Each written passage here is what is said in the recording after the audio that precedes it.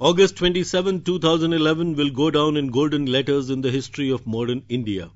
It marked the culmination of the most unique, peaceful, longest and largest battle of the common man against rampant corruption. India's anti-corruption activist Anna Hazare had won. India's parliament approved his 3 final demands and Anna agreed to break his 12-day fast on August 28, 2011 at now the famous Ram Leela grounds in New Delhi. Celebrations unleashed across India as Anna supporters broke into dancing and sheer joy, accompanied by playing of drums and bands as well as fireworks. India's Union Minister Vilas Rao Deshmukh, who has played the crucial interlocutor role for the last 3 days, talking to Anna in their native Marathi language, took a letter from Prime Minister Manmohan Singh saying the Lok Sabha, lower house of Parliament of India, had voted to approve Anna's demands for including 3 key pending issues in the anti-corruption Lokpal bill. 20 अगस्त के पत्र के लिए धन्यवाद। जैसा कि आप जानते हैं कि संसद में आज लोकपाल संबंधी मुद्दों पर चर्चा हुई। आपको ये जानकर प्रसन्नता होगी कि संसद के दोनों सदनों के आपके द्वारा अपने पत्र में उठाए गए 3 बिंदुओं पर एक रिजोल्यूशन पास किया है। इस रिजोल्यूशन के अनुसार संसद निम्न 3 विषयों पर सैद्धांतिक रूप में सहमत है। 1, नागरिक संहिता। 2, उपयुक्त तंत्र के जरिए निचले स्तर के सरकारी कर्मचारियों को लोकपाल के अधीन करना। और तीसरा, राज्यों में लोक आयुक्त स्थापना।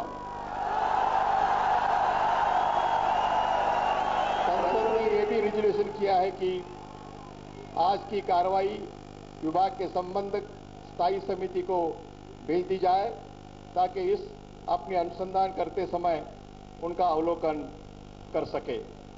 आशा है कि आप संसद के रिजोल्यूशन को देखते हुए अपना अनशन अविलंब समाप्त करेंगे और पुनः पूर्ण स्वस्थ होंगे।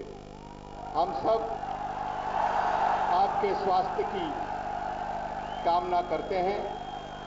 शुभकामनाओं के सहित आपका मनमोहन सिंह, प्रधानमंत्री, भारत सरकार।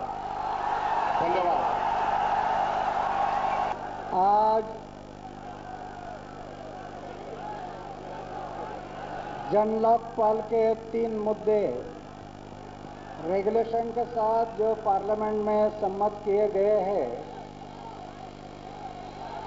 इसलिए मैं सभी पार्लियामेंट मेंबर को बधाई देता हूं, शुभकामना व्यक्त करता हूं।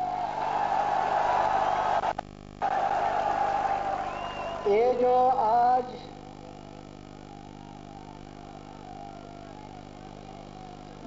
जन लोकपाल बिल की आधी जीत हुई है, आधी, अभी पूरी जीत होना बाकी है।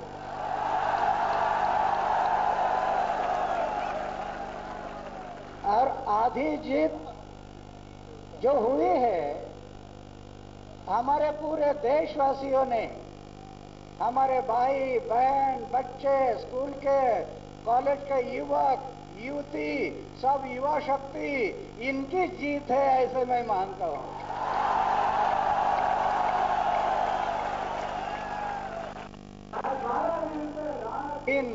दिन पूरे देश की जनता जो खड़ी हुई है, उनकी जीत है।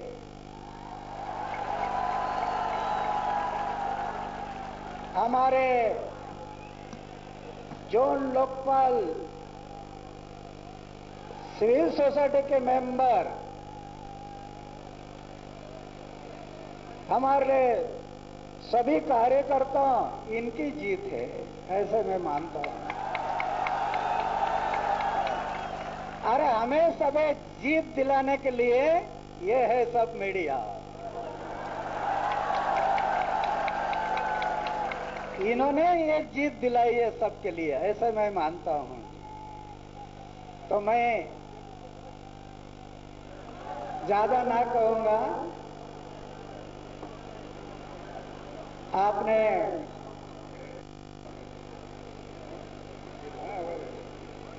आज जो लोग हमारी बहन मेधा पाटकर उनको सुन रहे हैं कई दिनों से, क्या है जीवन में, पूरी लड़ रही है बस समाज और देश के लिए। तो यहां आकर भी उन्होंने जो कुछ आपके लिए संबोधित किया, उनकी भी ये जीत है। और खास तौर पर आप रात दिन इधर खड़े हैं, वो आप सबके भी जीत है, ऐसे मैं मानता हूं। तो मैं इस वक्त ज्यादा ना कहूंगा। सवेरे 10 बजे आप सबके उपस्थिति में मैं मेरा अनशन छोड़ना चाहता हूं।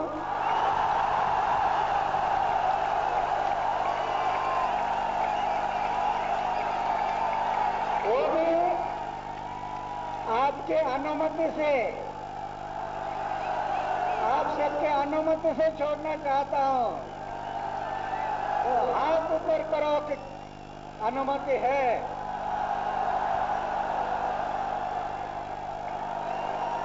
सबके लिए धन्यवाद। सवेरे 10 बजे हम मिलकर, मेरी विनती है सब भाई बहनों को, मुश्किलें झेलना जैसे थोड़ा कठिन लगता है, ऐसा जश्न मनाना भी कठिन होता है। उसको संभालना, शांति का भंग नहीं करना। जश्न में कहीं शांति का भंग ना हो, जश्न मनाना है।